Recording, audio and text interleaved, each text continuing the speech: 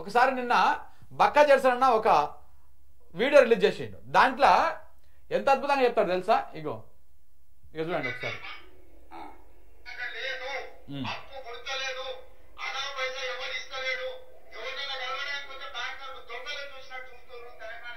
అవును, నువ్వు దొంగ లెక్క చూడకుంటే ఎవరంటేనే అదే కదా చెప్పేది.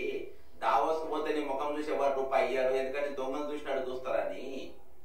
నువ్వు చెల్లపల్లి జైలుకు నువ్వు దొంగ పని మీద పోయినావు కదా, ఓటుకున్న దొంగ పని మీద పోయినావు కానీ దొంగను చూసినాడు చూడకుండా దొంగను చూసినాడు చూసి నీకు లోన్ ఇస్తారా? నీకు ఏం చూసి లోన్ ఇస్తారు? నీకు దొంగను చూసినట్టే చూస్తారు. ఇదే మాటని నిన్న కేటీఆర్ గారు కూడా మాట్లాడలేదు.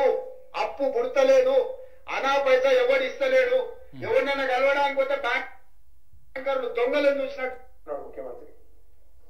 మరి దొంగ లెక్క కాకపోతే ఎట్లా చూస్తారు? దొంగ లెక్కనే చూస్తారు. నోట్ల కట్టెలతో దొరికిపోయిన దొంగను ఖచ్చితంగా దొంగనే అంటారు, దొంగనే చూస్తారు.